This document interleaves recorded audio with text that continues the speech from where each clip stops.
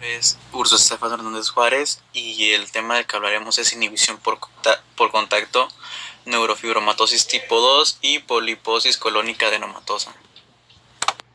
Cuando se cultivan células cancerosas en el laboratorio, la proliferación no se inhibe cuando contactan unas con otras. Los contactos celulares vienen mediados por interacciones homodiméricas.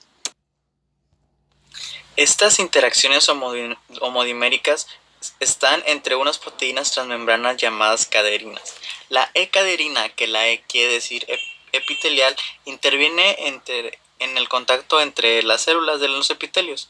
Se ha propuesto dos mecanismos en que la E-caderina mantiene la inhibición por contacto. El primer mecanismo es un mecanismo que viene mediado por el gel supresor de tumores NF2. Su producto, la neurofibromina 2, que se suele llamar merlina, actúa distal a la E-caderina en una vía de transmisión de señales que ayuda a mantener la inhibición por contacto. En el segundo mecanismo mediante la cual la E-caderina puede regular la inhibición por contacto es mediante su capacidad de unirse a la B-catenina. La proteína APC y la B-catenina son componentes de la vía de transmisión de señales WNT. En la imagen A podemos ver que en las células en reposo no expuestas a WNT, la B-catenina forma un complejo macromolecular que contiene la proteína APC. Este complejo provoca la destrucción de la B-catenina y las concentraciones intracelulares de esta molécula serán bajas. En la imagen B vemos que cuando se estimulan las células por las moléculas de WNT secretadas, el complejo de destrucción se desactiva, no se degrada la B-catenina y aumentan sus concentraciones citoplásmicas. La B-catenina se transloca al núcleo donde se une al TCF, un factor de transcripción que activa varios genes vinculados al ciclo celular.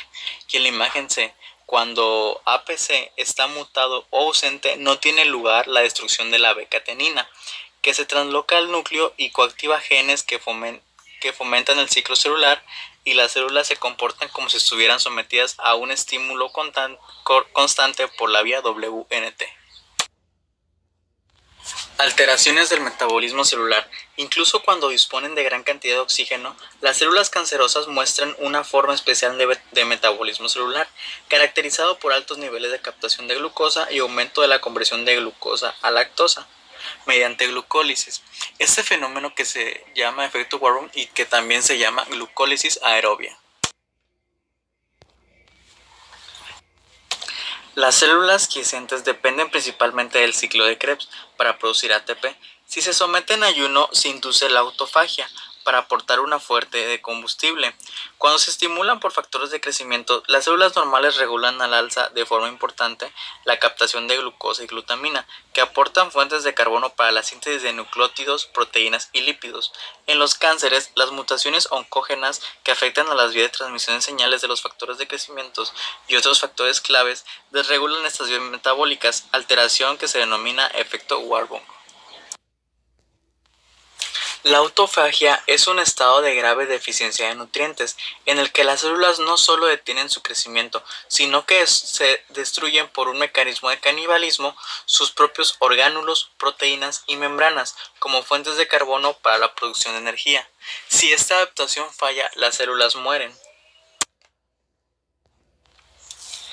Otro grupo sorprendente de alteraciones genéticas descubiertos mediante la secuenciación del genoma son mutaciones en las enzimas del ciclo de Krebs.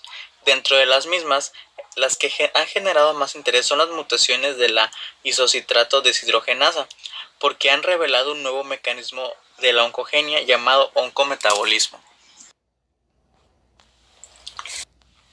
Las células tumorales suelen contener mutaciones en los genes reguladores de la apoptosis, lo que las hacen resistentes a la muerte celular. Existen dos vías que culminan en la apoptosis, la vía extrínseca y la vía intrínseca. La huida de la apoptosis por las células cancerosas ocurre fundamentalmente por mutaciones adquiridas y cambios en la expresión de genes que deshabilitan los componentes fundamentales de la vía intrínseca o reajustan el equilibrio de los factores de regulación de forma que favorezcan la supervivencia celular en presencia de factores de estrés intrínsecos.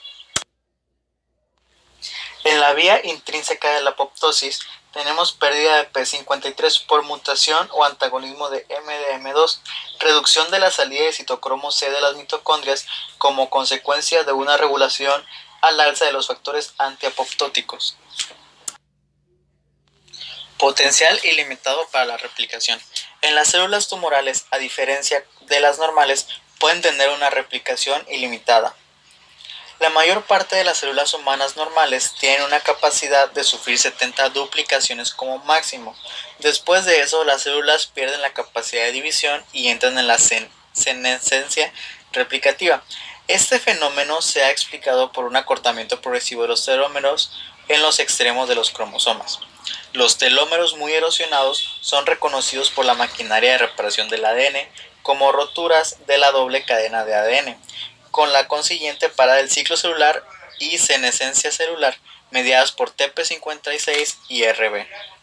En las células que tienen una alteración de TP53 o RB por mutaciones, se activa la vía de unión de extremos no homólogos en un intento de último recurso para salvar a la célula, que une los extremos acortados de los dos cromosomas. Este sistema de reparación activado de forma inadecuada genera cromosomas dicéntricos que se separan en la anafase y provocan nuevas rupturas en el ADN bicateráneo. La consiguiente estabilidad genómica, como consecuencia de estos ciclos de formación de puentes fusión-ruptura repetidos, acaba ocasionando una catástrofe mitótica que se caracteriza por una apoptosis masiva. Por consiguiente, los tumores que tienen capacidad de crecer de forma indefinida no lo consiguen exclusivamente por la pérdida de los límites al crecimiento, sino que deben evitar tanto la senescencia celular como la catástrofe mitótica. Aunque un tumor sólido tenga todas las alteraciones genéticas necesarias, no puede aumentar su tamaño más de 1 a 2 milímetros, salvo que pueda inducir la angiogenia. Los cánceres que crecen estimulan la neoangiogenia a través de factores de crecimiento parecidos a la insulina y factores de crecimiento derivados de plaquetas.